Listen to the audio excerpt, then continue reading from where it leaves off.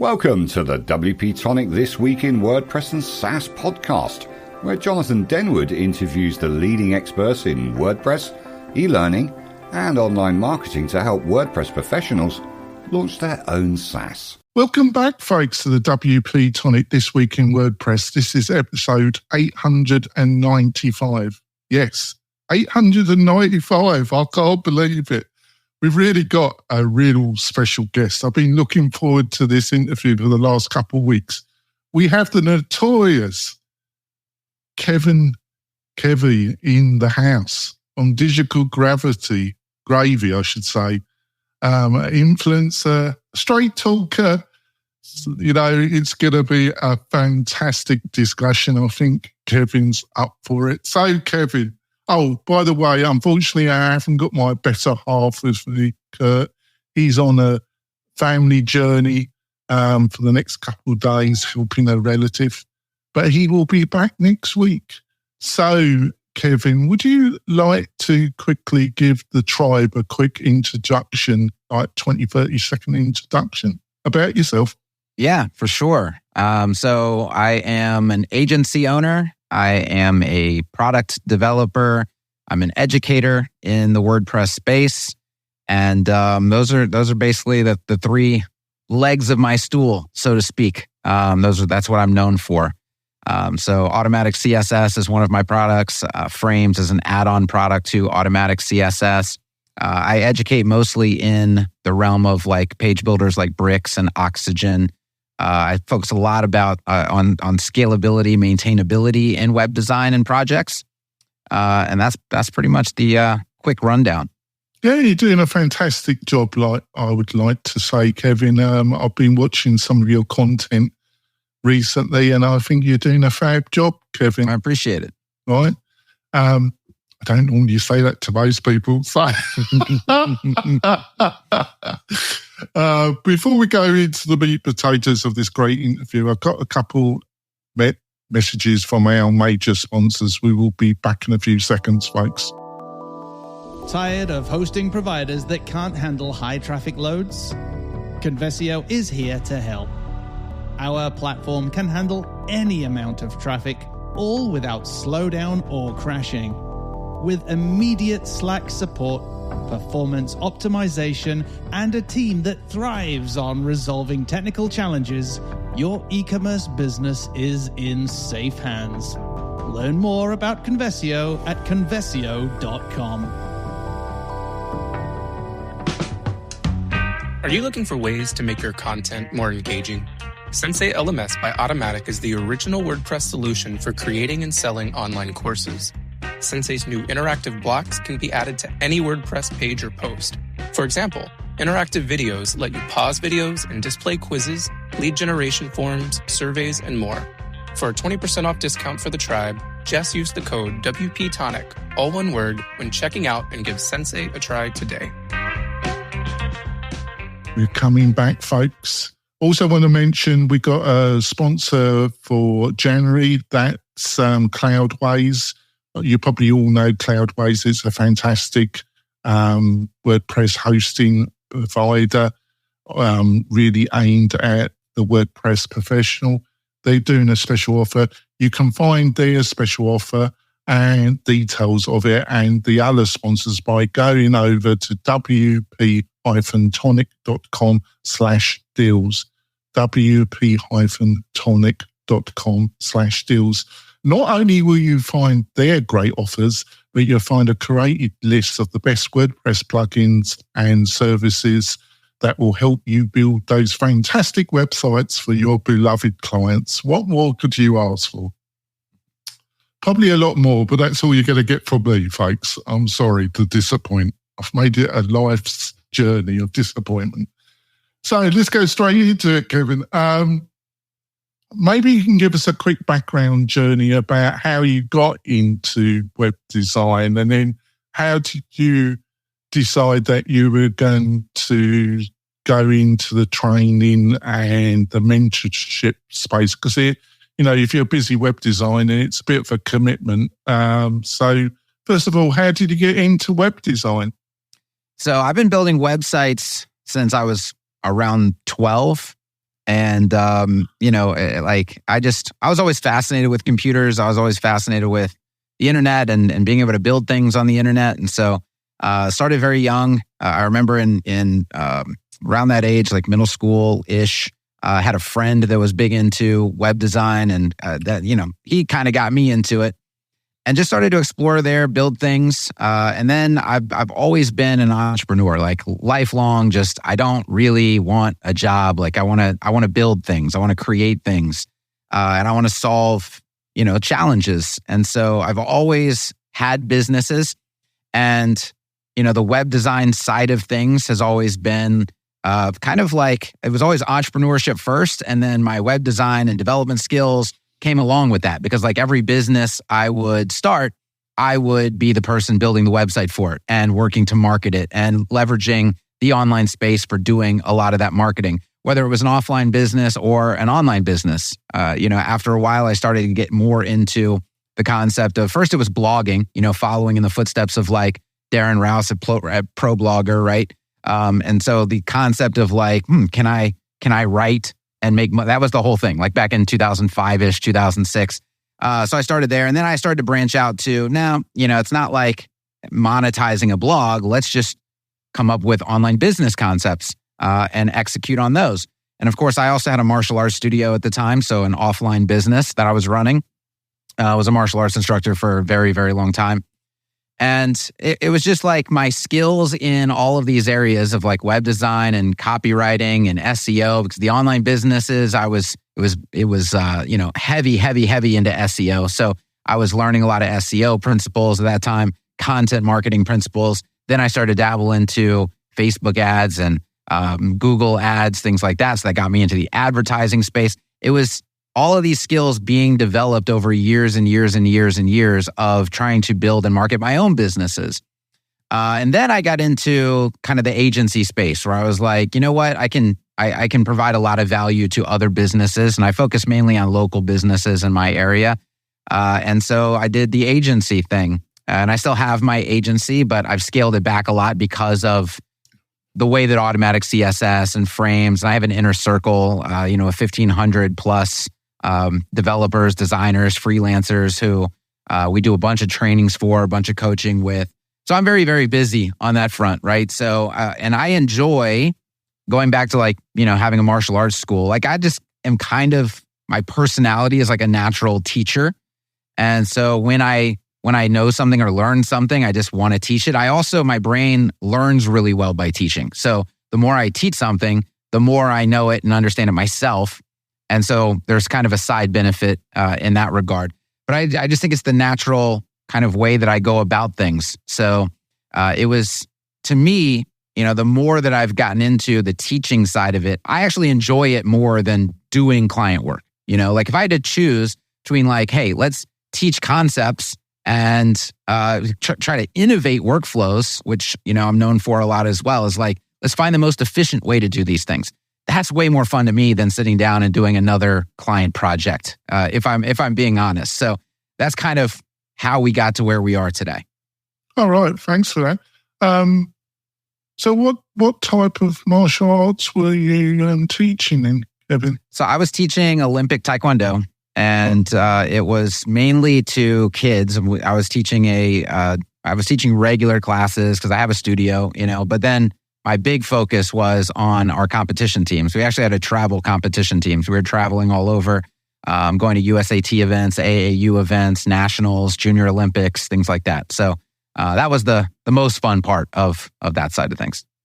So I don't know if you want to discuss this, but you mentioned it in one of the videos I watched. You have dyslexia. I also have dyslexia as well, Kevin.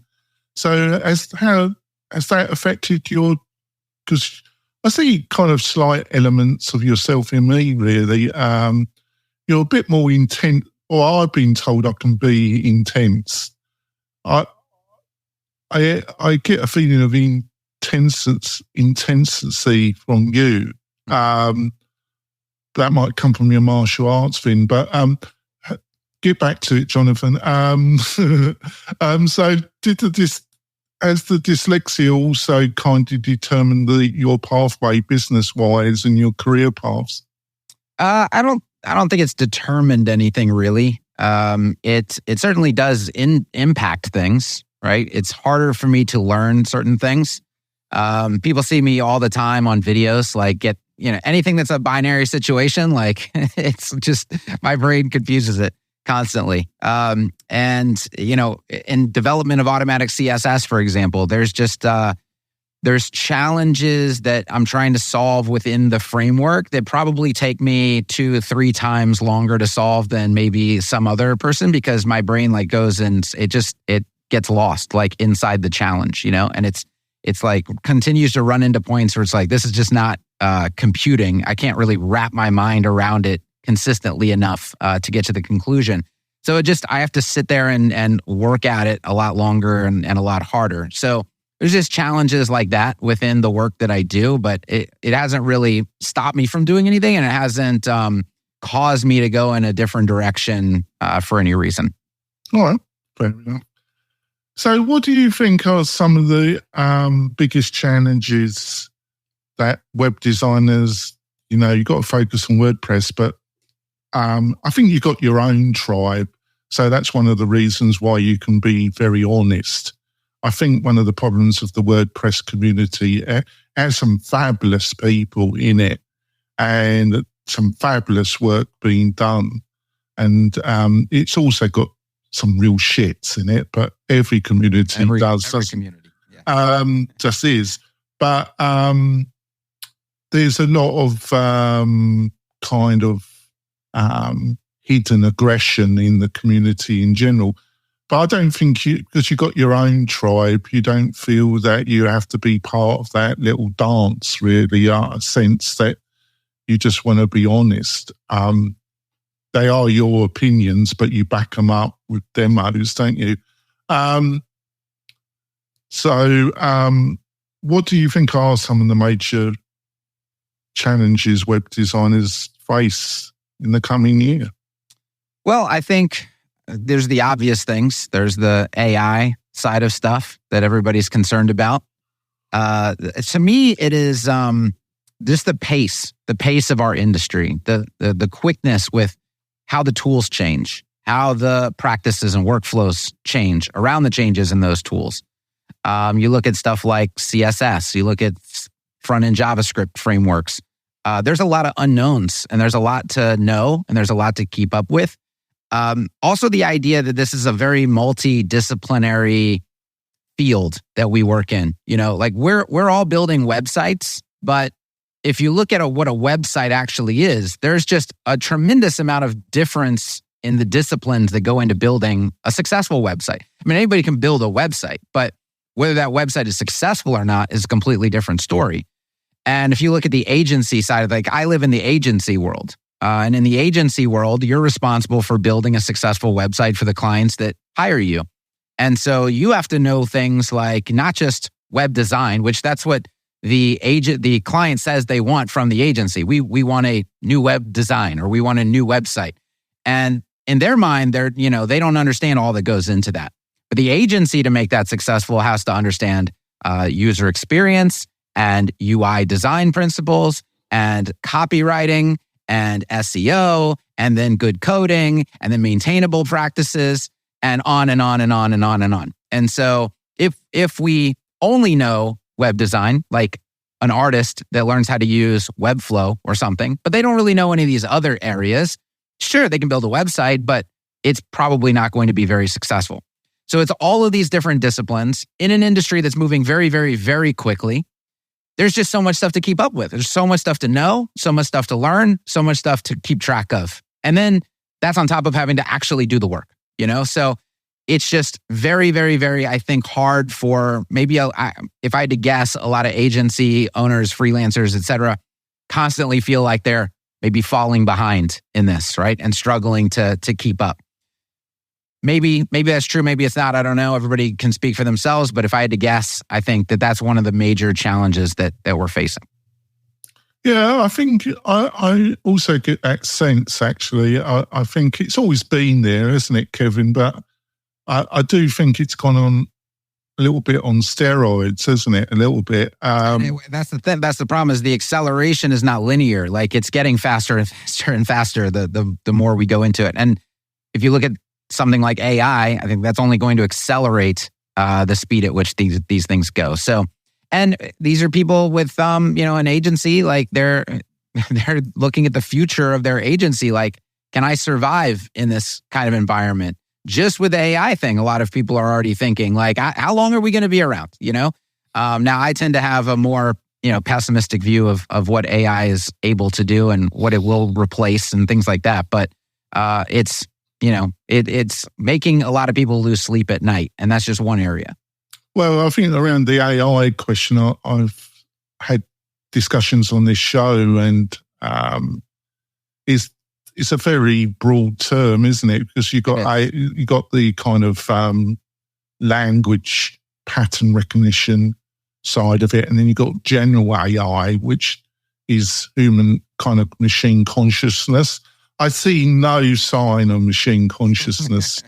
I really see but don't get me wrong, I'm utilising about 3 or 4 AI tools. I've been using them for the past, must be now almost 8 months. Time goes quick, doesn't it? Right. And I found them enormously helpful in the kind of work I do on a day-to-day basis, and they've become a key part of my day-to-day work. But I see the language recognition tools a bit like a glorified Mechanical Turk. It outputs what you want to some extent, but it's delusionary. It's not a human being that actually thinks. And well, some people think, don't they? Not as many people as I thought, but that's the English sarcasm coming out, Kevin. You seem to enjoy it. You're smart. I do. Yeah. Well, you might not enjoy the next couple of questions, but dear.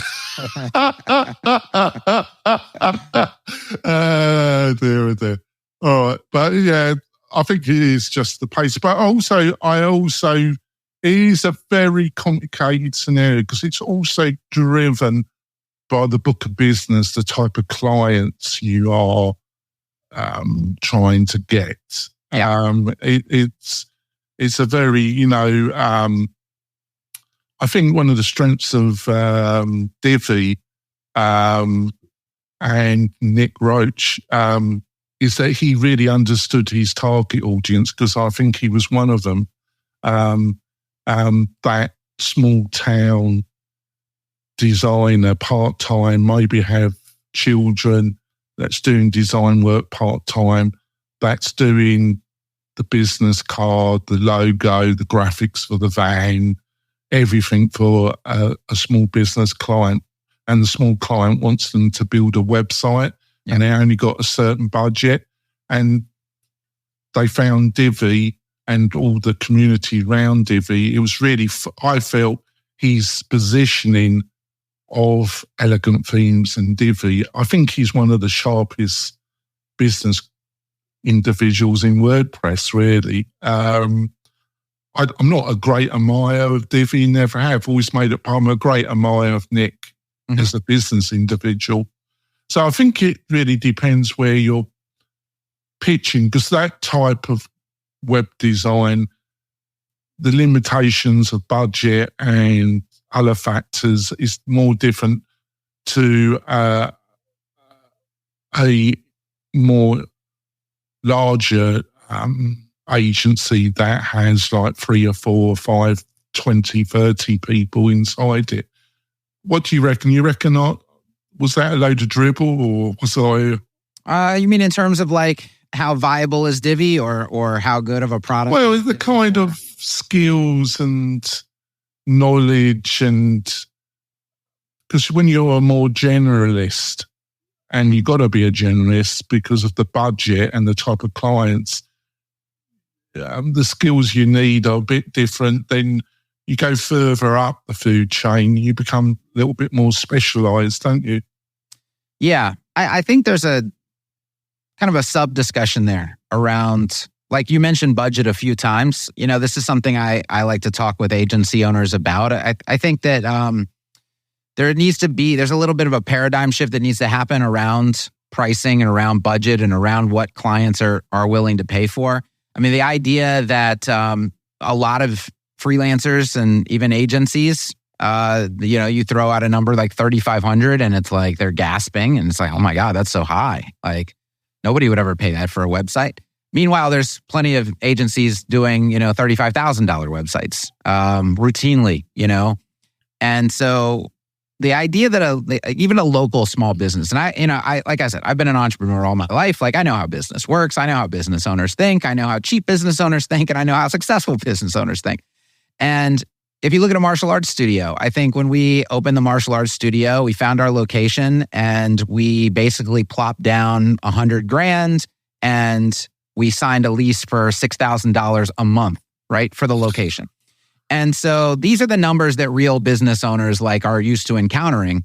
And I think there's an epidemic of like agencies and freelancers who, they're not, it's the classic E-Myth thing. People can go read the E-Myth book where it's like they're good at something, but they're not necessarily good at business. And so they're good at web design or good at development or whatever. And they're like, hey, I can start an agency because I have these skills. I'm good at these things, but they're not really a business owner and they don't think like business owners. And so they come in and they're doing their pricing and like they don't know how to do their pricing. And they're just how many hours does this take me? I just put an hourly wage on it and that's all a mess. But then they're also, I think a lot of times just maybe kind of like they don't have a lot of money themselves or they've never really invested a lot in their business. In fact, to get a web design business off the ground, you need a computer. That's pretty much all you need. There's not a lot of overhead, right?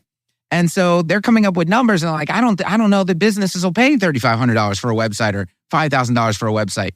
And there are a lot of cheap business owners out there, but the bottom line of all of this is that real businesses that really want to succeed and have what it takes to succeed have a lot more than $3,500 to invest and should be investing a lot more than $3,500. It's the same thing. Like if I want a great car, I don't go to the budget lot to get a great car, right? That already has 125,000 miles on it. Probably not going to get me very far. But if I do want a great car and I want one with a good reputation, I go to a good brand and I pay a lot of money for a nice car, right? And I know exactly what I'm going to get and the level of service that I'm going to get, and I'm going to be a much more successful car owner, right?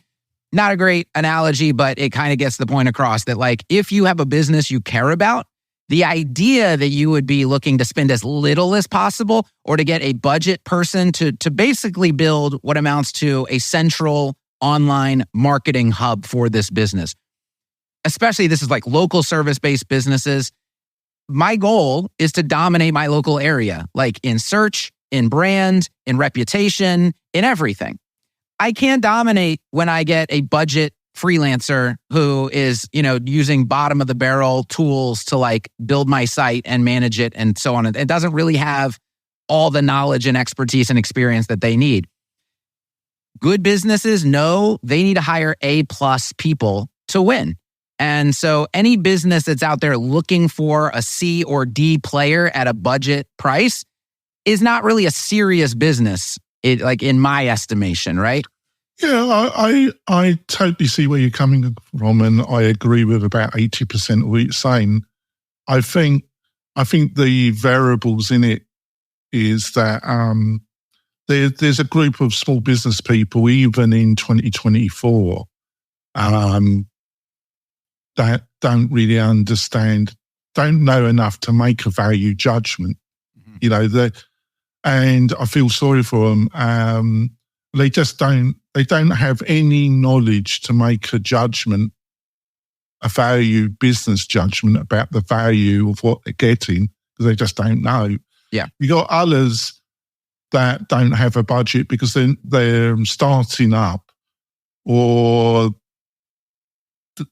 they've got a bigger problem with their business, and then then there's the type that I also have come across a lot in my business career, and they're business people, and basically they're trying it on a bit. They're trying to get the best value, but they also are trying it on a bit. Here's what I'm getting at. This is the point that I make over and over and over again. It does it is, if you can do a budget website for a business, and let's say $3,500 is the budget amount, which a lot of the cheap business owners even struggle to try to pay that, right? The failure rate of businesses is insanely high, okay? And the reason the failure rate of businesses is insanely high is because the people running those businesses aren't great at business, and they don't hire good advisors, and they don't hire good people to help their business succeed. And so what I tell agency owners is, let's not we either need to tell that person the truth about what it takes for their business to succeed and charge them accordingly, or we need to let them go off and just do their thing. But let's not be a part of their failure by serving budget-oriented clients with budget-oriented level of service and not really knowing what we're doing. I'm always telling agency owners, let's level up skills. Let's level up our knowledge and expertise in these key areas so that we can really help people and stop just selling web design, but actually sell websites that do things for businesses in the real world. When I was starting out in entrepreneurship, I realized, thankfully I was very young at the time, didn't matter whether I failed or succeeded, but there's a lot of business owners who come to us who are in their 40s, right? There's people who are like, hey, I'm tired of living the corporate life. I want to start this business on my own. I've gotten money out of my savings. This is what I have. This is my one shot. If this doesn't work, I'm going back to the life that I know sucks. I'm going back to a regular corporate job. And so they're going to hire a provider, right? And if they hire a budget provider, if they hire a provider that doesn't really know what they're doing and how to help this business be successful, that person's dreams are, and that's why I talk about this all the time, because these are real people with real lives in the real world who are counting on us to help them succeed. Their dreams are about to go in a dumpster fire, right? And they're going to go with their tail between their legs back to corporate life because they went into business with the wrong mindset. Everything's got to be cheap, got to be real budget. I don't have a lot of money. No. We need to get more money, right? If we want to start on the right foot, we need to start with a little bit more money, and we need to hire the best people for the job to make sure this has the highest chance of succeeding. What we don't look at enough is the amount of businesses and the amount of websites that get built, the budget websites that get built, and they don't exist a year later. That business doesn't exist a year later. The amount that happens is astronomically high compared to budget website that actually helps a small business succeed. Most of the time, they buy a budget website. It does absolutely nothing for their business. That business goes under because it has no, real business leadership or advisory or anything else. And we never hear about it ever again, right? And that just happens day after day after day after day after day. And I just personally don't really want to have my hand in that process. When a business owner comes to me and they say, I have a low budget, what's this website going to cost? And I say, okay, here's what needs to happen for this website to be successful. I mean, you're looking at $15,000, $20,000 for a website like this. If we're going to do real work in this area. And if they say, all I got is $2,500, there's not what we can do really with $2,500, right? And so if looking at it from my perspective, where most businesses are used to signing a lease for $6,000 a month, right? Putting down $100,000 to build out a space. I mean, this is the kind of money you have to come up with to make a real go at it, unless the business owner themselves is very skilled and can do a lot of the work themselves and not have to pay providers. But if you pay budget providers, you're going to get low-level work, and the chances of failure are going to be astronomically higher than if you collected a little bit more money and hired better providers out of the gate. Yeah, but because when I moved to America, I was working in Northern Nevada, I was working as a developer for 2 to 3 local agencies. One was a very large PR firm. Another one is still the largest web design digital marketing company in Northern Nevada. And they were hiring loads of juniors. They squeezed me constantly. They didn't really want to pay my rate. They were constantly, and that is a freelancer working for established PR firms and digital agencies. That's your life, isn't it? Mm-hmm. So this cut, trying to get the cheapest is, and And then you got the whole subject of offshoring as well. But we make the whole episode about this. And you have to come back hopefully later on in the year and we can have a discussion about that, because that's a reality as well, isn't it? Not only AI. So how are we doing for time? Let's go for our middle break. We only covered 2 of these, but the last 2 questions are quite easy. So I think it's time for us to have our middle break. I've really enjoyed the discussion so far with Kevin. I think it's been very interesting. We will be back in a few moments, folks. This podcast episode is brought to you by Lifter LMS, the leading learning management system solution for WordPress. If you or your client are creating any kind of online course, training-based membership website, or any type of e-learning project, Lifter LMS is the most secure, stable, well-supported solution on the market. Go to lifterlms.com and save 20% at checkout with coupon code podcast20. That's podcast20. Enjoy the rest of your show. We're coming back, folks. It's been an interesting discussion with Kevin. I knew it was going to be. I was looking forward to it. Before we go into the second part of the show, where we're going to be talking about Gutenberg, and I'll be seeing if Kevin is still pulling the arrows out of his back.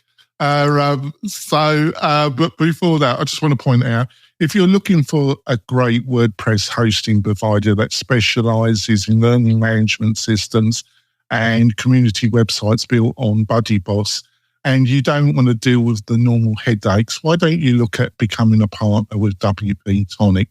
We've got some great partnership plans. You can find more, and it also supports the show as well. And I know your loyal tribe. You can find all about that by going over to wp-tonic.com/partners, wp-tonic.com/partners, and find out more about that. We can have a chat. What more could you ask for? God knows. Right, on we go. Well, Kevin, you got into a little bit of trouble, didn't you, Kevin? You know, the great leader posted a Twitter. He was probably late at night. He was on the whiskey, as he is. He was knocking a few whiskeys, saw one of your Twitters. I think it all started with you going on Jamie's. First of all, how did that... I love Jamie. He's a total Gutenberg fanboy. He admits it. I'm more like Paul from WP Tux in my general attitude towards it. I can see the enormous possibilities. I'm extremely frustrated with the situation. So frustrated that I've given up on it to some extent. It sometimes. So how you got onto this video podcast thing with Jamie? Who organised it? Was it Jamie asked you to come on? Was it? Yeah, if I remember correctly, he had messaged me about coming on. And I'll give him dues because I was surprised when I saw it and I watched it, and it was one of the most hilarious interviews I've watched in a long time, because it wasn't what was said, it was the body language, because as you just let it go and you told it the way that you saw it, his eyes just got wider and wider and wider. And he really didn't want you on that interview in the end. He was very English, he was very diplomatic. But to say that what you were saying wasn't going down well would be the understatement of the century, wouldn't it? Was you sensing that? Because I sense you're a bit like me, as I get that. There's a wicked side of me, and I would just play into it, and I find it fuel. No, I mean, I knew ahead of time. Like, I looked into his content and things like that, so I knew he was a big block editor guy. But I'm not going on shows to like just agree with whatever the guest normally says or does or pushes or promotes or whatever. I just, like you said, I just go and I tell it like I believe it to be.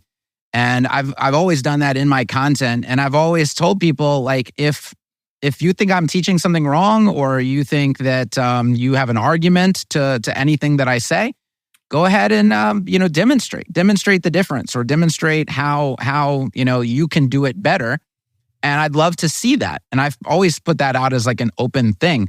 The problem that I have is that people want to, like you said, shoot people in the back with arrows. These are the people who typically can never seem to find, the record button on any of their devices. It's they have been to some extent. They've been sending you little Twitter videos and and stuff. Yeah. Lovely. So generous of them to send it to you, isn't it? Well, the thing is like most of the time, what I get is just it's either personal attacks, or it's you're wrong, but they don't really want to show how I'm wrong. It's just, let's just tell him that he's wrong, and then it's very minimally. Now with the Gutenberg thing, I do have to say, right? So, and I don't know exactly which video you're talking about, but I did the Jamie interview. Okay, that was one thing. Then I did very recently I watched it, and a layout that I tried to build in Gutenberg, right? Yeah, that I'm not going to mention his name because I don't want him to get grief. But he, and this is only my take on it. I've met many like him, and they're honest, but I don't like stereotypes because I've had stereotypes placed on me. But he's very typical of a certain type in the WordPress community, and their attitudes. And they're not being deceitful, but they live in their little bubble as well. Mm-hmm. And you were getting hot and bothered a little bit, and I could understand you were getting hot and bothered a little bit because it was insanity to some extent. Right. Well, and I wasn't even going to bring him up. I already dismissed him, like, in my mind, right? And I think the whole community already dismissed it as well, because they can watch the videos if they want to. But I made my video wasn't directed at anybody. It was literally directed at the block editor. It was, I'm going to build something in the block editor. You're going to watch me, and it ended up being a huge struggle and a real problem. And there was things I just could not do. You just cannot do them in the block editor with native blocks. And that's just a fact. And you can't get around that fact. And so I put that video out there. It was very, calm. It was very just like, here are the facts. Here's the experience. And then I said, if there is a better way, please demonstrate it. Now, the first person who stepped up to the plate, giant swing and a miss, okay, and came with like insults. And the other thing that bothers me, obviously, on the insult side of things is when somebody insinuates that, like, I don't know what I'm doing. Okay, like, yeah, I think that was the thing that was getting you going a little. Go to the channel. There's like hundreds of hours of me doing this stuff, right? Well, I don't agree with everything you say, but you definitely know, you're definitely a professional web designer, and you know what you're talking about. Right. So the idea that we're going to come with that as like the initial attack, and then the second attack is like everything I say and do is just to make a buck, basically. How dare you try and make a living for your family? I found it extremely difficult to make a buck off of a builder that doesn't even have an affiliate program. Like, we could just start there. Like, so the person doesn't even do an ounce of homework, right? Just comes out of the gate with insults. I'm sorry to interrupt, Kevin. Yeah. Obviously, it's difficult because I like my little sarcastic comments, and there's a bit of a lag. How dare you try and make a living, Kevin? And how dare you not work for the WordPress Gutenberg project for free and contribute hours of your time? Correct. How dare you not do that? It's just disgusting, Kevin.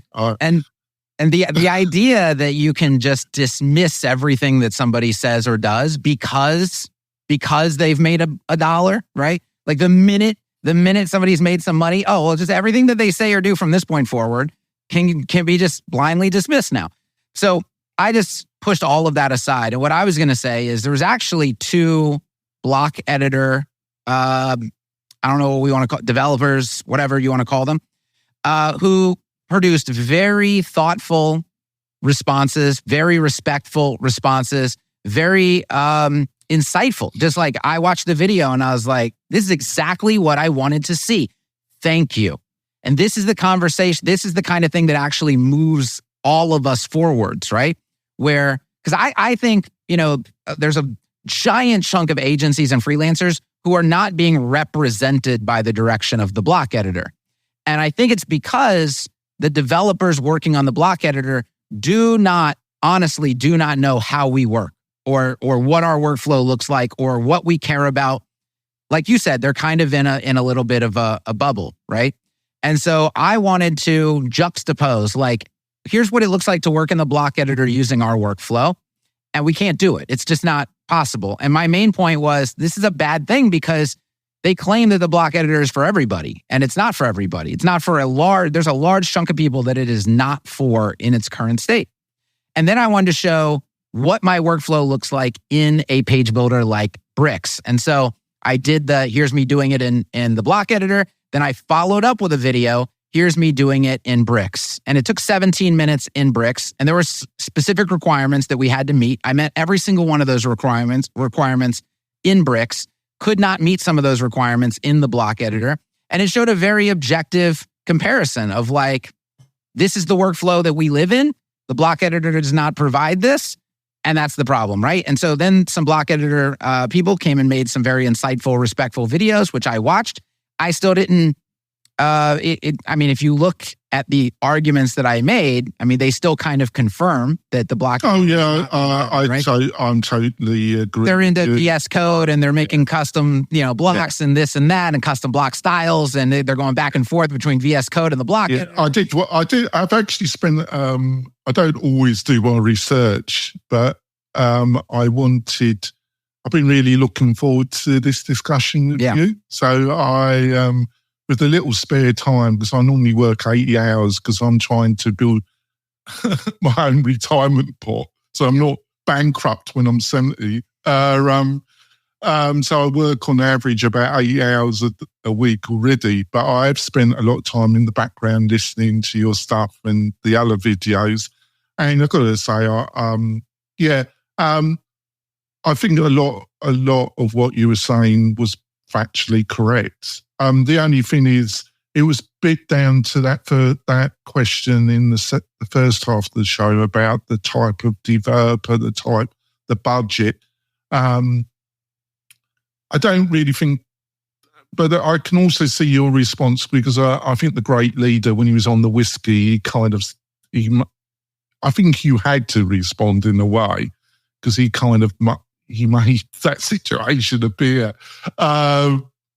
And bless him, he's supposed to be coming on the show, so I'm going to have a chat with him as well. But I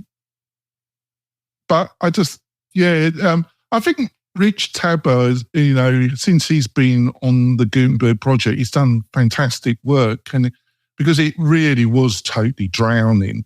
It was totally drowning. At your point, 5 years. Yeah.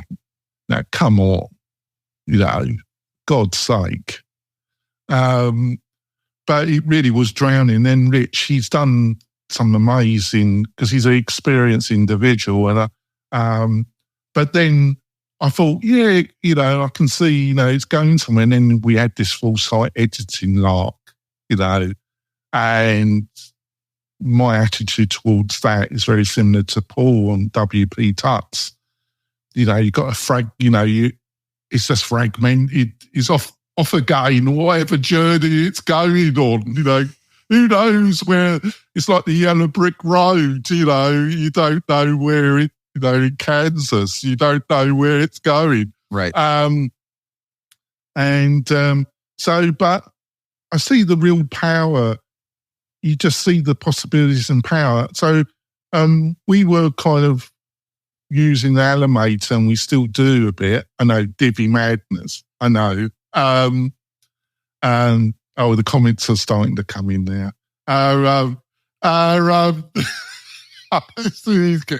So Divi Madness, as I call Elementor, because I'm not active, I only inflict myself on my own projects now. But I actually did know how to code, actually, Kevin. And looking at the code that Divi produces, oh God, but well, and I was hoping with Divi 5.0 that was going to be something that they addressed. And well, we can discuss the woes because Divi's got its got Divi on the main. Elementor's got its own problems, and so has Divi. Really, it's always had its problems, hasn't it? But I decided I've been using Kadence, and it's not. And Ben, the chief developer and the founder of Kadence, and he sold the company, he's doing some really great stuff. But unless you utilize something like Kadence, and there's some other options as well, you couldn't even consider using Gutenberg to build anything of any professional level. And I know I'm going to get loads of hate mail coming my way, but in my opinion, that's the truth. Well, what I've discovered in all of this is that you just have to open yourself up to changing your entire workflow to do it, right? The workflow that most people are used to doing. And the biggest disconnect is this idea that WordPress is democratizing publishing and that the block editor is for everybody. And so you should be able to come over, a Wix user should be able to come over and just hop into WordPress and do the things that they do in Wix, but in WordPress, and enjoy the open source nature of it. And that whole narrative is exactly what I said. It's marketing BS, right? Because that's just not the experience. And I proved it. I proved it in the sense that a Wix user right now to come over and do what they do in Wix has to add VS Code into the mix. They have to add React into the mix or PHP into the mix or something else. They can't just come over and start building stuff like they do. This is not reality in any sense, right? And I said, that's fine. That's fine. I'm okay with having to open VS Code and do stuff. Just don't tell me that it's for everybody at that point and that we're democratizing publishing. This is where the disconnect is. The disconnect is in the marketing versus the reality of the experience. And so that's really where the problem is. And that's what I've learned watching, especially the latest two videos. Let me get their names because I just want to give them a shout out for a second, because we saw the wrong approach to take. When I make a video and somebody wants to put their 2 cents into the ring, there's a wrong way to do that. There's a right way to do that. The first person did it the wrong way. The next two people did it 100% right. And I loved watching their video. I love their response. I'm going to get their names right here. So we have Brian, I believe it's Cords, Coords, Brian Cords, phenomenal video response. And Danielle Zaccaro, phenomenal video response. I found those very, very insightful, and I found them to be very insightful is the word, right? I didn't know what the workflow I didn't know what they were going to propose as the workflow. So it was very insightful to see their approach. And they showed, hey, you can accomplish this in the block editor. It just takes a completely different approach. Well, Brian's, I'm not a great fan of Brian because he's part of a posse that about over a year ago accused me of being a racist. So he's not on my Christmas list, I'll be honest with you. Yeah. I was generous with that guy, and he kind of but that's this certain WordPress crowd, that's what they're like. I know is the response that was given to me, which was exactly the kind of response that I was looking for. But the other bottom line in all of that, if you watch their videos, and so they're proposing, well, if you want to do it in the block editor, this is what your workflow needs to look like. And I would still just show that, guys, I did this in Bricks in 17 minutes, and it's fully scalable, it's fully maintainable, it met all of the requirements, and every response video, I'll just say, has taken well longer. But they don't even. It's obvious they haven't watched your video, because Brian said he did. Well, he said he did. Yeah, but the thing is, you were making. I did watch a little bit of it, even though he's not on my Christmas list, as I say by London slang. And I don't wish you ill, but it's just, you started talking, you got to add this plugin, you got to add that plugin. But your point of the video was native. Right. It couldn't do an intermediate layout. And you got a kid, you showed, obviously there was some pre-planning, but I actually thought you were quite fair because what you were trying to do, any intermediate front-end developer, that's the type of work that they do on a regular basis, don't they? Yeah, my main argument was this is not that if you look at that layout and your brain thinks custom block styles, PHP, React, this problem is solvable. This layout is solvable with HTML and CSS. The idea that we have to go off into all of these other lands, which are not work like, if we go back to the democratization and the for everyone concept, HTML and CSS are, I believe, way closer to everyone than React and PHP, and using multiple different editors to try to accomplish this inside of a WordPress concept that's kind of new. It's a very, very convoluted approach when a simple approach, the fundamental approach, the approach that we've used since the beginning of HTML and CSS can get it done, right? And so that was my biggest thing is like, hey, if you want this to be the workflow, tell us this is the workflow, and I'm good with that. I'll adopt that if I need to. I'll tell you what I would like to see, actually, a more constructive thing is for you and Brian Gardner to do a video together, because Brian, I've got the utmost respect for Brian. Yeah. Former founder of Studio Press. He's another, doing some good work in Gutenberg, because I just don't know enough now to really give an opinion. Actually watching your videos, I might join your group because you've actually got my enthusiasm, because I really enjoyed web design. It's very creative, and I might actually get back into it a little bit. But I haven't really got the time. But it was great because. But I'm doing a joint video or discussion with Brian, because I have the greatest respect for Brian, and I know he really knows his stuff, and I think that would be a more constructive discussion, you and with him. Yeah, because he's that kind of stuff. Because he's very, and he might be up for it. So I think the biggest concern about all this is that there's a duality here. Fragment, because of the vacuum that was Gutenberg, which was getting better than this full site editing. And I think and I'm just pulling guesses out the air here, really, Kevin. I have no inside information at all.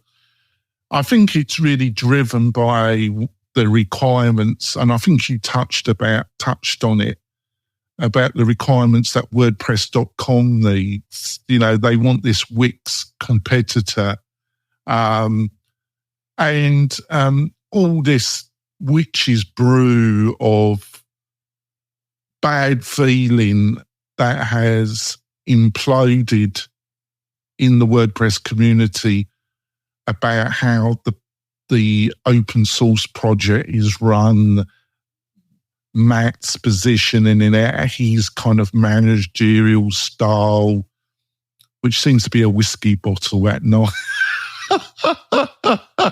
And bless his heart.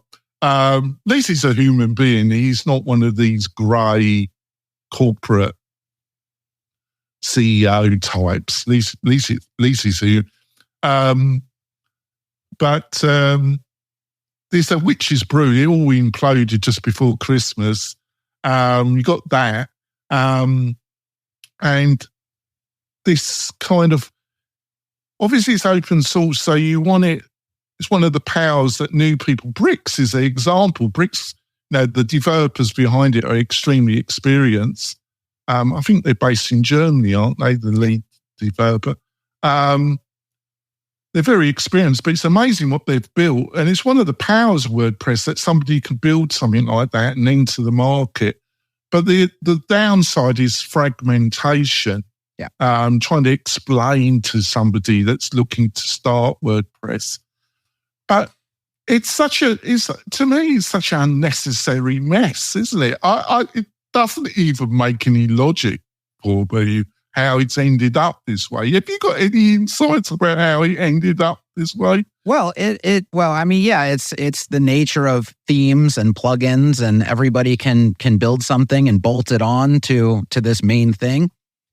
And I don't think that's the real problem that we face here, is that the idea that you could build a Wix-like experience or a Squarespace-like experience, or you can democratize publishing and create a product that's for everyone in this kind of environment. And that's why I did it with native blocks, because in order to satisfy that requirement, it's hard to get somebody to come over from Wix. And I explained this on the whole live stream. And I said, I don't think this is the experience Matt wants people to have. And I've never personally met Matt. I've never had an extended conversation with him.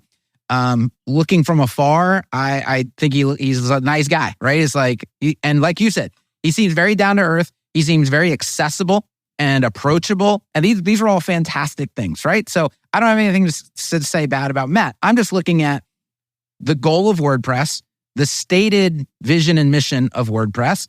And if I were to put myself in Matt's shoes as a business owner, as a business owner who says, I want Wix people to be able to come over here. I want Squarespace people to be able to come over here. Well, if that's the case, when they install WordPress, you can't tell them that the first thing they have to do is go choose from one of 1,000 different block systems, right? Well, which one do you want to go to? Well, they don't know.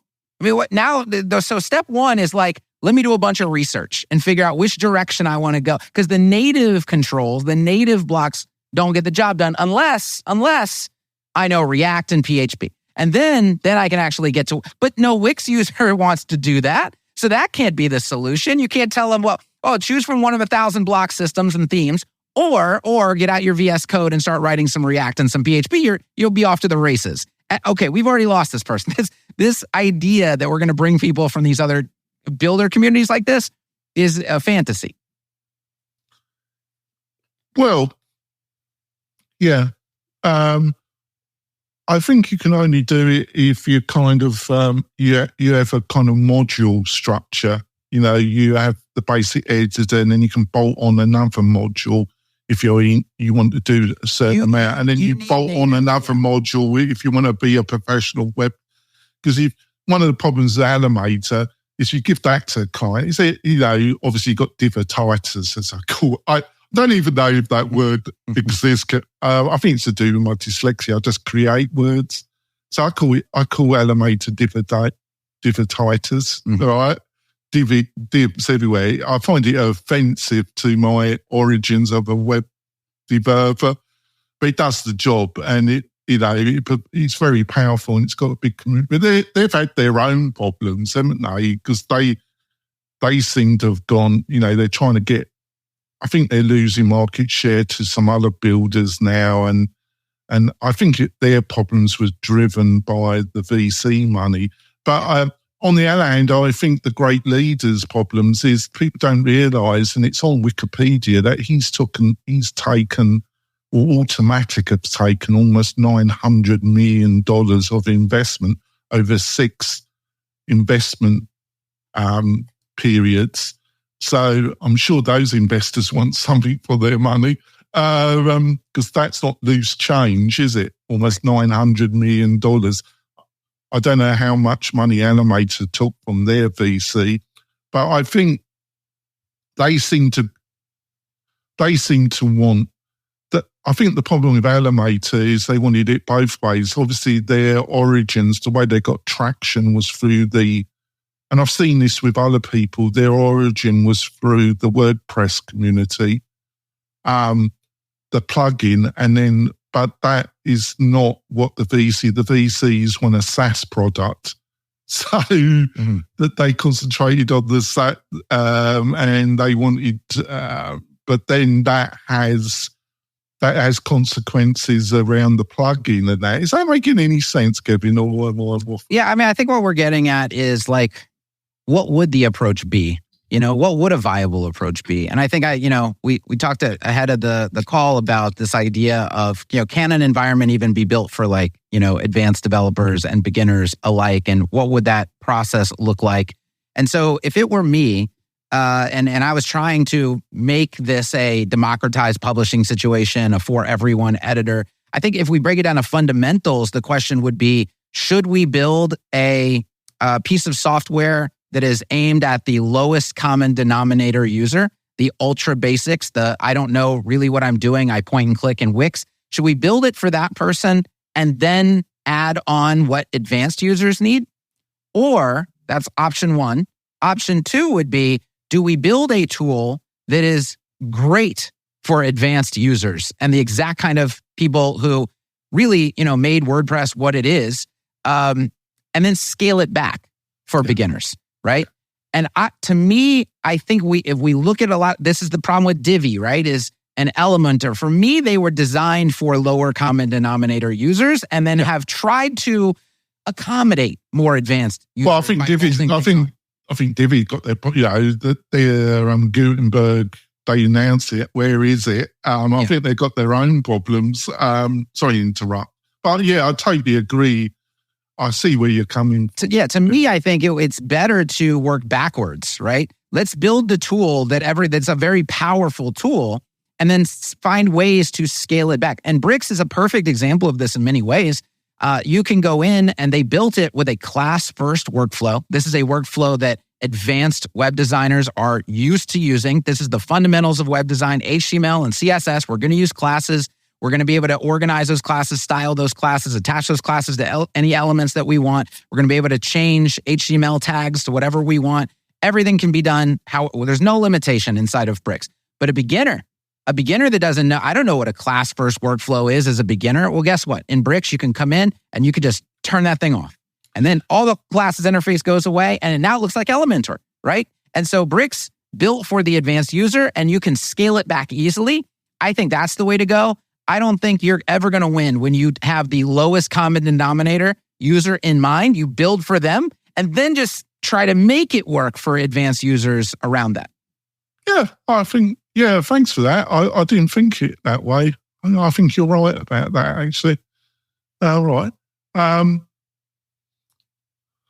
Got a couple. Before we go into the last two questions that are kind of more fun questions, I thought I'd do this little game with you. Yeah. I like my games. All right.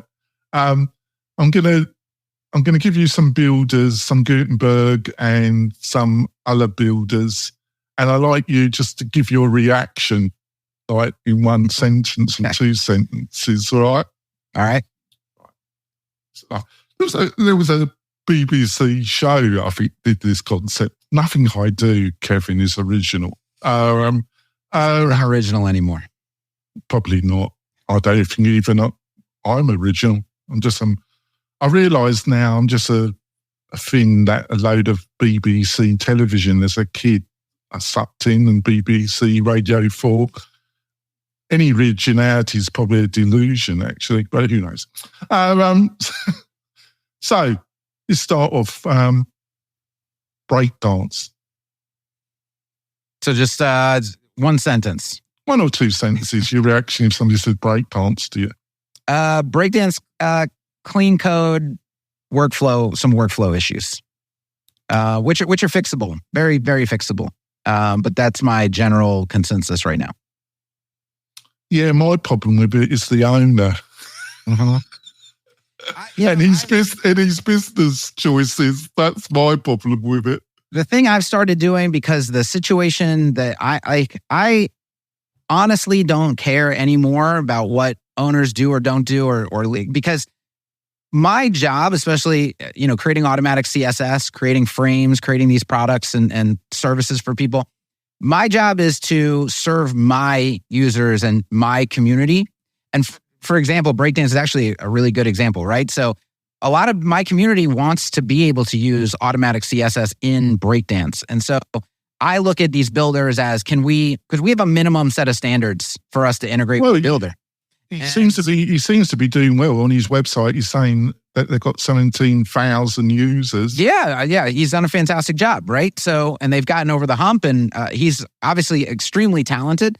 And so a lot of our users want to use ACSS in Breakdance. So my job is not to worry about any of the politics or drama. My job is to say, can we integrate with Breakdance? And Breakdance is an integratable builder. It meets a lot of the minimum requirements that we look for, where many, many, many builders do not.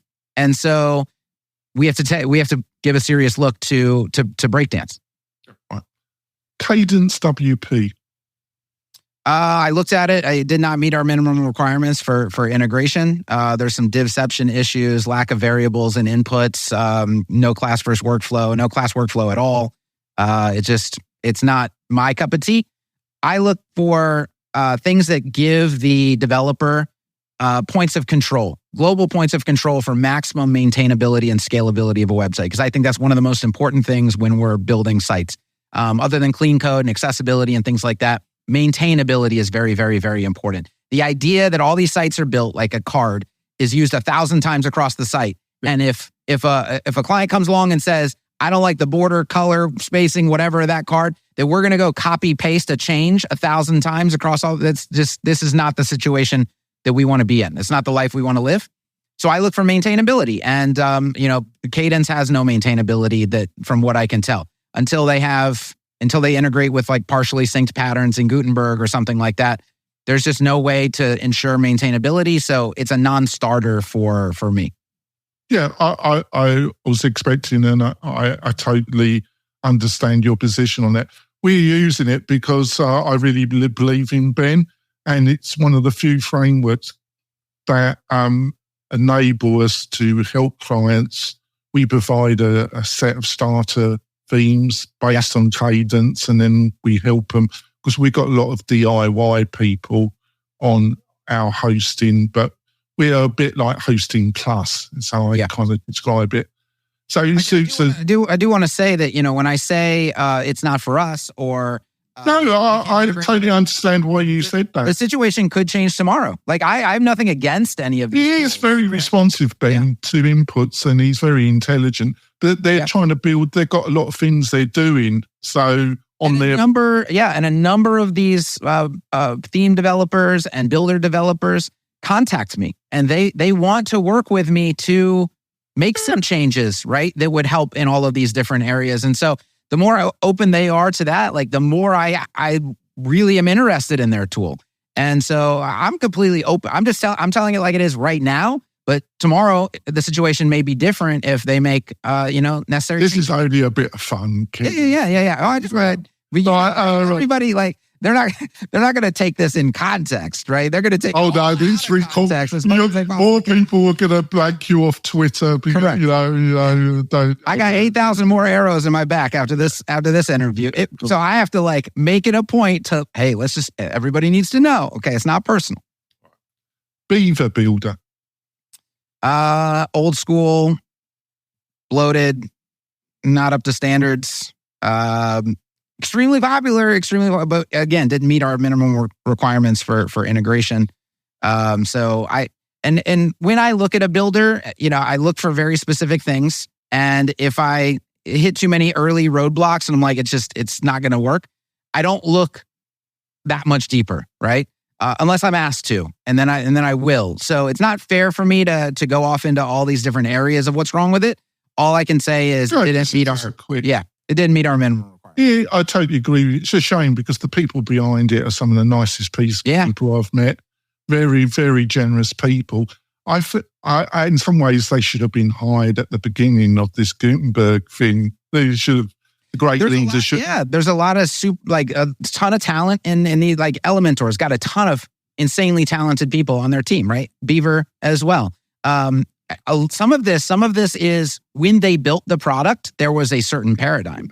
And there's a lot of technical debt, and they can't just whip up, these like modernized changes and direct. Like I said in the very beginning, the pace that this stuff is moving at is insane. And so a lot of it is just a technical debt kind of situation where there's probably a lot of stuff they want to do. In fact, I talked at WordCamp to someone on the Beaver Builder team, And there's a lot of stuff they want to do, and it's just not, they don't have a magic wand for this kind of stuff, right? But they're on board with it, and that's what's fantastic. As long as they're on board with it, hey, let's get it done.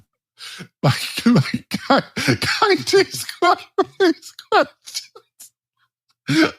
gotta love this WordPress crowd. Welcome to the show, Andrew. Yeah, I don't think anything I could say. This is a martial arts trainer. I don't think any of my questions are going to make Kevin squirm. I think it's going to be the other way. Oh God, you can't let off on you. The tavern. I don't know what's going to happen with it. I just went on the tavern to read the replies. Really, what about Spectra?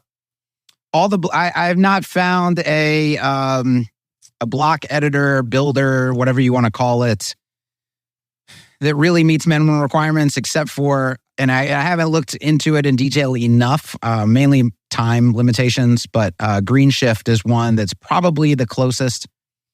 I've never even heard of that. Oh, you never heard of GreenShift?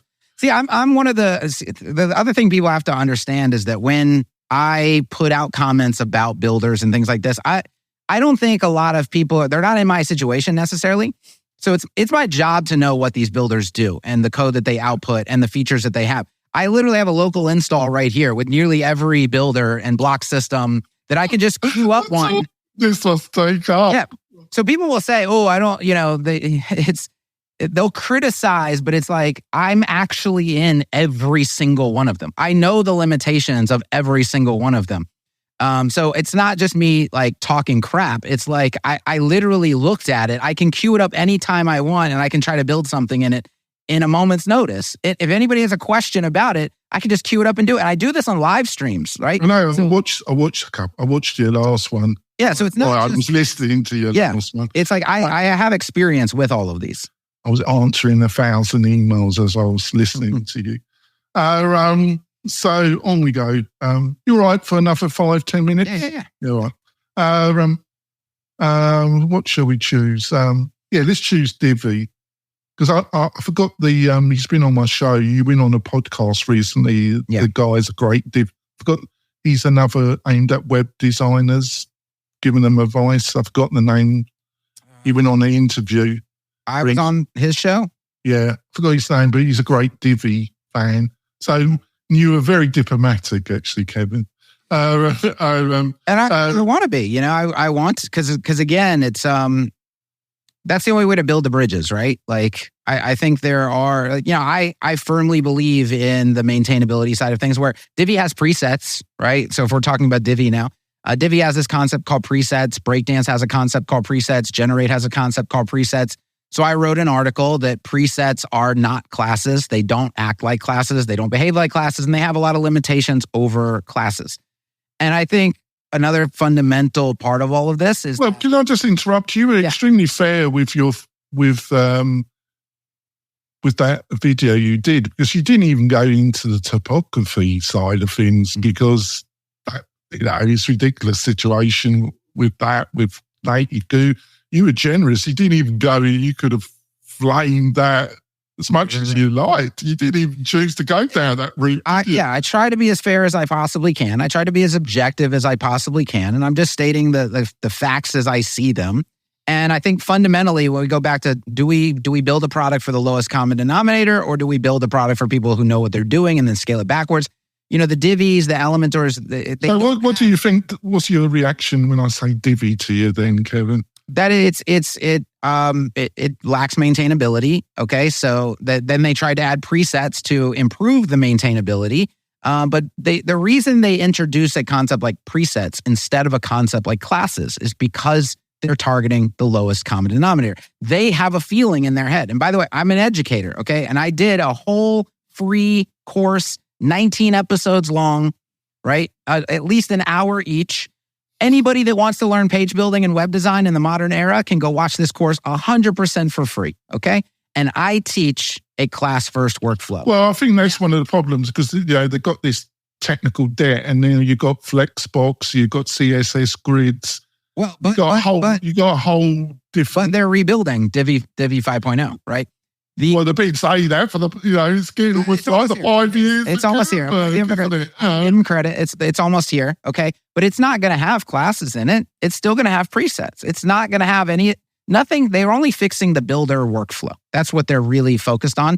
And the builder speed. And I think that's all great things. Fine and dandy. But the reason these builders have presets instead of classes is because they think that users are not smart enough to understand the concept of classes. And when I educate, because it's really not that hard. It's kind of linked to what I was hinting at I'm going to think about your position because this building the top one and then not from the bottom scenario. Yeah. That was a new paradigm that you've put to me, and I like it, and I'm going to think about it. But that's why I was talking about in the first half about Divi, because I think they're aiming in it at what they see as their users. Mm-hmm. Is that making sense, Kevin? And I think your position is they should build it from the top and then they modify it so it meets. So I see where you're coming from. I was very hopeful about Divi 5.0. I was very hopeful about it because Divi has severe accessibility problems. It has severe divception code output problems. It has maintainability problems. So I was like, what are they going to do with 5.0 to address these things? Well, the divception not addressed. I don't know how much the accessibility has been addressed, but it's a couple accessibility experts that I'm in contact with who have tested it. And they basically relayed to me still kind of a shit show in that regard. And so a lot of the technical side of things was not addressed when they had a perfect opportunity to address it. I would love to know why those kinds of things weren't addressed. And then the maintainability side of things, again, it's like this concept of presets. It's like, why are we introducing this new concept that has limitations when there is a concept that's existed since the beginning of web design that doesn't have these limitations? And just educate the user on, and I bring up Webflow all the time. Because people will say, oh, nobody can educate. Okay. Did you have to swear? No. I have so much respect for Webflow from what they've done from a tool and just a vision for their tool. They said, you know what, we're going to build, that's what they did. We're going to build the interface that actual professionals can use. And then what we're going to do, all these designers who aren't devs, who want to come over here and build websites, we're going to educate them on how to do this. It's like a novel concept, right?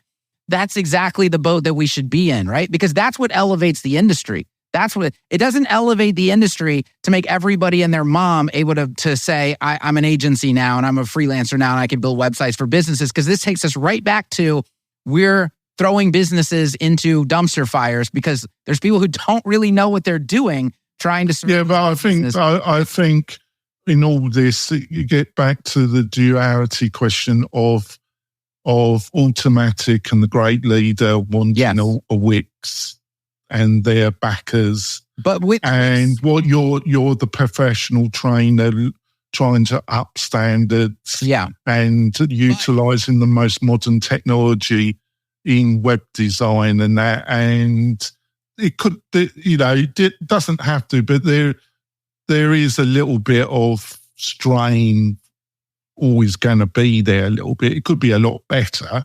The problem is Wix lies in their marketing when and I put this on Twitter, when they have... You're swearing. It was a clean show, and then the bombs are being launched there. We got to... This is where the fundamental problems come from. Wix and Squarespace, their advertising is a lie when they put on a pretty blonde model holding a computer, and it's like, look what I did. Anybody can do it. It's so easy. Come on over to Wix. This lie that anybody can build a website. Ain't nobody built. My mom, put her down. I don't care how many hours you give her. She ain't coming up with a website on Wix or Squarespace or WordPress or anywhere else. Okay? Yeah, but Kevin, our lives. Cannot do this. But Kevin, our lives are a lie, aren't they? But the problem is WordPress bought that lie. They're like, oh, well, we should be able to do that too. Let's just. Well, I think it's more their financial backers bought that lie. Really. That's fine. Hey, whoever bought it, it doesn't. The fact is that was bought, right? And this idea that we can create a builder for everybody that's just like Wix, and you don't have to know anything to come in and use it. And they failed in that regard, right? Yeah. But So this is where the problems come from. Yeah. Got two more, and then I'll finish off the file question. So, Elementor. When I say that, what's your one or two sentences? Mad props for innovating when they did innovate, creating something that did not exist at the time. Mad props for market size. It's undeniably successful, and they have a ton of talent. I wish I had their bank account. Okay, yeah, absolutely. The ecosystem that they've built, the way that they've, and nobody's perfect, and I know that they have some customer support things and some security things and yada yada yada, but massive, right? So it's undeniable their success, but as a tool in the modern era today, I wouldn't touch it with a 10-foot pole. That's just the reality. Right. Yeah, I understand where you're coming from. I think they've got this technical legacy, and I don't know what's going. I got no whispers, and I get many email because I've been running this podcast, so I get a lot of DMs and little whispers. But I don't actually know. And by the way, if you want to whisper to me, DM me, please do, folks. I love being at the centre of intrigue. You think they weren't doing much, but there must have been. I think they were being driven by business goals or whatever they're up to, but I agree with you there. So Oxygen, what's your reaction when I say Oxygen? I loved Oxygen. I wish all the things that happened with Oxygen didn't happen with Oxygen. I want there to be more builders like Oxygen, like Bricks, like Quickly in the ecosystem. I think these are the builders that really elevate the game. These are the builders that are innovating. And they do truly give us an environment where we can do some really amazing work. Unfortunately, Oxygen has gone downhill dramatically in terms of like third-party ecosystem, community, education, influencers, things like that. So, that one's like, Well, I could be you've been very charitable to Oxygen. I could be vicious towards that. But I'm not going to because I'm in enough trouble, Kevin. So finish off with your beloved Bricks. Bricks is the number one page builder in WordPress right now. It's phenomenally powerful. Its workflow is phenomenally efficient. Its third-party design library, remote template system is allowing us. So with the integration of automatic CSS and frames, people are building custom, legit professional websites 60 to 70% faster than they can do it anywhere else with those three tools. Bricks, ACSS, frames is the number one workflow in WordPress right now. If you have want a traditional approach to page building websites, right? If you want to open VS Code and live in React and PHP and all this stuff in the block editor, do you. But if you like the page building style approach, Bricks, ACSS, frames is the killer combination that it's unbeatable right now. And Bricks is one of the only environments that really allows that. Quickly is probably the second environment. And so if somebody wants something that does live in the block editor, but gives you all the power that a normal page builder gives you, then you're Quickly. I think those are the top two tools right now, Bricks and Quickly, crushing the game. Right, let's finish off with the last question. So if you had obviously I come from England, so I was a great viewer of Doctor Who and the Time Machine. So if you had your own TARDIS and you could go back in time, Kevin, to the start of your career, what would be one or two things you would tell yourself? Don't come on this show. No. It's been fun.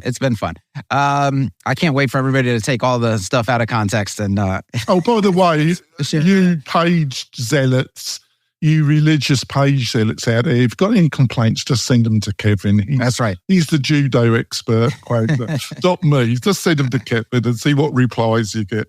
I would have started doing the education side of things a lot sooner. I went to the agency side of things first, and I enjoy agency work from time to time, but this is so much more. First of all, working with other agency owners and freelance, there is nothing better. Like, I literally wake up every single morning and there's messages from people who, because let's go to the upside part of a lot of what I talked about.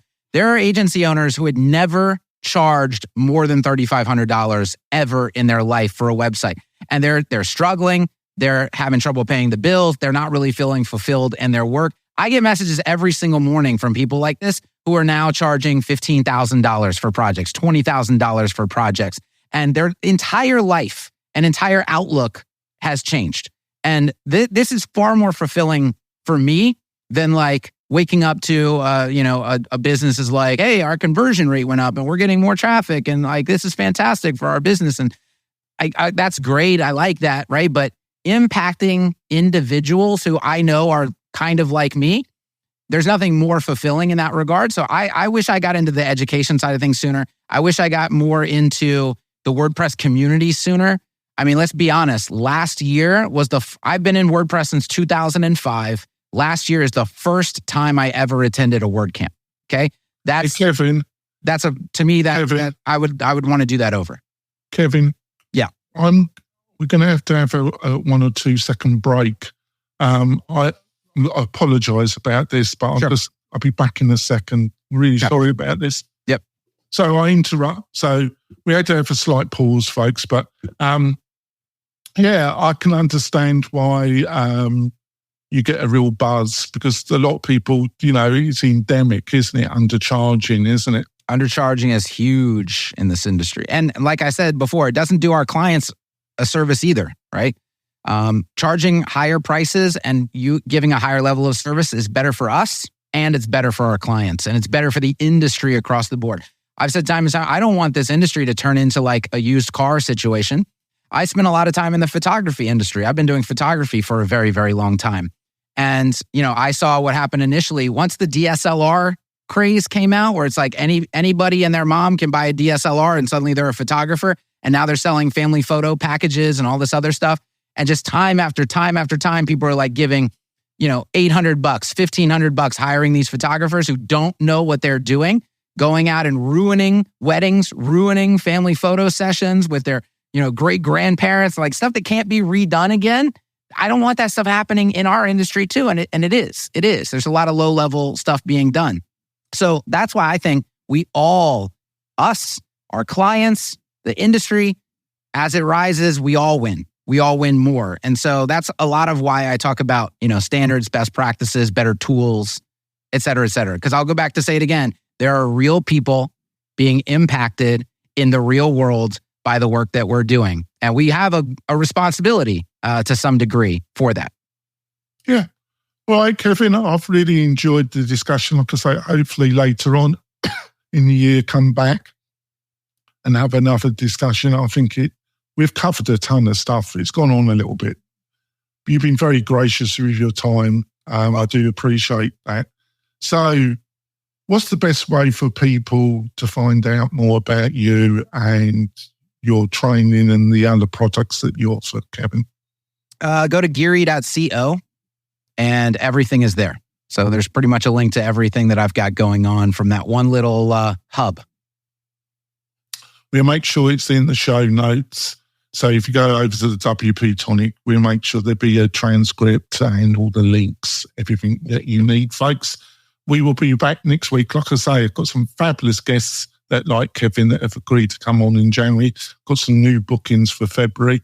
And it should be some great education material. We'll see you soon, Tribe. And if you ever want to moderate any discussions, like you mentioned with Brian Gardner or whatever, let me know. I think that would be fun, actually. I might outreach to him and see if he's up for it. Because Brian, I think it would be a really respectful, but also I think there will be differences probably. I'm only guessing this on attitude, but Brian is very nice, respectful, but extremely knowledgeable like yourself. And I think it would be a constructive discussion, actually. And I think Brian he's got so much knowledge that he wouldn't be intimidated in any shape or form about it. I think it'd be awesome. All right. We'll see you later, Tribe. Bye. Hey, thanks for listening. We really do appreciate it. Why not visit the Mastermind Facebook group? And also to keep up with the latest news, click wp-tonic.com/newsletter. We'll see you next time.